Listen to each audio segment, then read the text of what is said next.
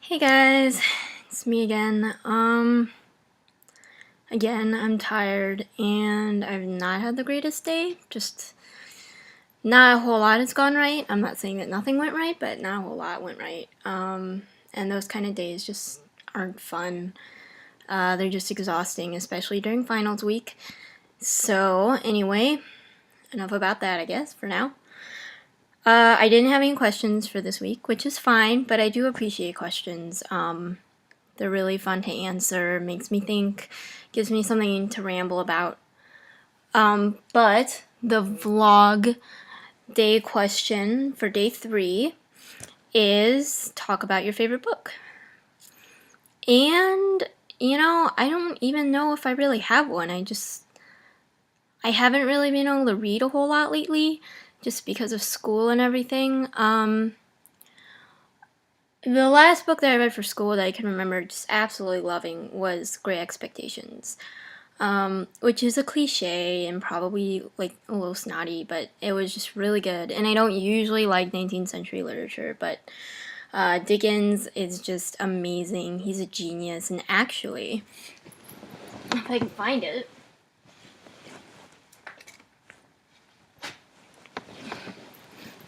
I have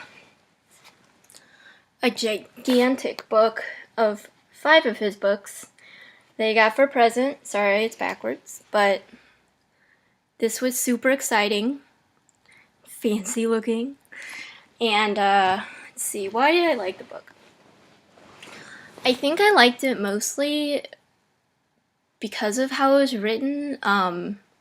I don't know, I just think that Dickens has a beautiful voice, and I don't know, like I just really related to it. It didn't feel like just another English book. It didn't feel like just an outdated kind of text. The characters were just fascinating. Like Havisham, oh my gosh. I actually wrote my AP English essay on her and kind of like her role in the idea of retribution and justice for a crime.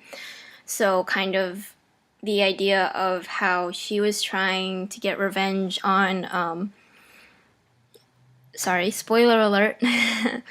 She was trying to get revenge on her fiance who had left her, and she was trying to do that through Estella, by having Estella break men's hearts, while she was frozen in time, literally almost.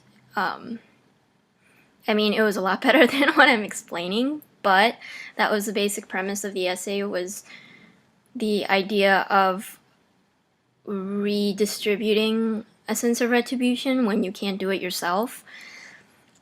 And like if that actually gave her any sort of atonement, or if it actually did anything for her personally, or if it was just kind of an empty cause, and what it did to Estella too, sort of how it affected her and her life and the way that she sees things and the way that she treats men, and just all of that. And that whole nature and nurture thing is very prominent in the book, and the growing up, and the idea of, are you who you are forever, or can you change? Can Pip become the rich gentleman, or is he gonna remain, the farm boy, the country boy that he always was? Like, is he going to go into the blacksmithing sort of industry, or can he rise above that? And that idea of social circles, and like how they transform people, I guess,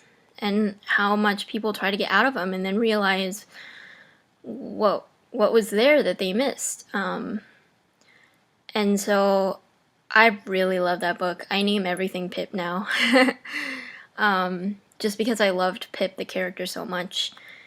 But my favorite was Miss Havisham, just definitely by no exceptions. Just, she was so fascinating to me. Just the way she was able to freeze herself in time, the way she was able to wear the same dress, just be so damaged by this event that she couldn't move forward. She couldn't move past the moment before it happened. And that she just couldn't handle it emotionally. And so by freezing herself in that moment of bliss before the storm, she was almost able to save herself from, I don't know, insanity, suicide, whatever would have come if she were to accept the fact that that event did occur. And I just thought that was really fascinating, and I sound like a dork, and I'm rambling, and I'm over 5 minutes. So that was my question for today. And someone gave me a suggestion for a speed drawing, and I need to look into it. So I don't know when that's going to happen. Probably not for a few weeks, just because of finals and all of that stuff. So I'll get back to you guys on that once I've done some research, figure out how to best do this, etc.